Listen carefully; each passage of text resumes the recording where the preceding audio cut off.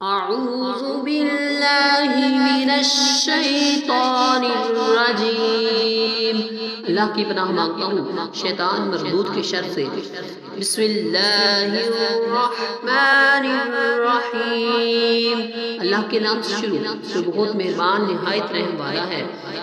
کیف تکفرون باللہ وکنتم امواتا فاحیاکم ثم یمیتکم ثم یحییکم ثم الیہ ترجعون۔ تم کیسے اللہ کے منکر ہو سکتے ہو؟ حالانکہ تم مردہ تھے تو اس نے تمہیں پیدا کیا، وہ تمہیں موت دے گا، پھر تمہیں زندہ کرے گا، پھر اسی کی طرف تمہیں لوٹایا جائے گا۔ دوستوں ابھی آپ نے سورۃ بقرہ آیت نمبر 28 ملاحظہ فرمائی، اس کے ترجمے پر ایک نظر۔ کیف تکفرون باللہ، تم کیسے اللہ کے منکر ہو سکتے ہو؟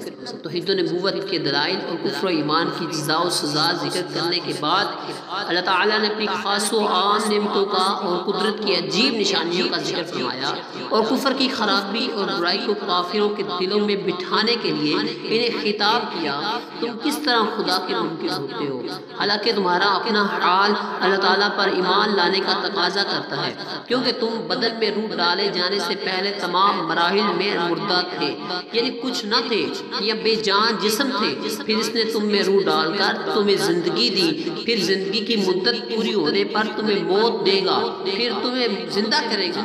اس سے یہاں تکبر کی زندگی مراد ہے جو سوال کے لیے ہوگی یا قیامت کی، پھر تمہیں حساب و کتاب اور جزا کے لیے اس کی طرف لٹائے جاؤ گے۔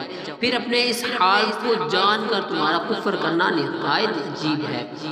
اس آیت میں غور کریں تو ہم مسلمانوں کے لیے بھی نصیحت ہے کہ ہم بھی کچھ نہ تھے، لیکن اللہ تعالیٰ نے ہمیں زندگی عطا کی اور زندگی گزارنے کے لوازمات اور نعمتوں سے نوازا، تو اس کی اداؤں سے فائدہ اٹھا کر اس کی یاد سے غافل ہونا اور ناشکری اور غفلت کی زندگی گزارنا کسی طرح ہمارے شایان شان نہیں ہے۔ دوستوں امید ہے کہ آج کی ویڈیو آپ کو پسند آئی ہوگی، ملیں گے انشاءاللہ نیکسٹ ویڈیو میں، تب تک کے لیے اللہ حافظ۔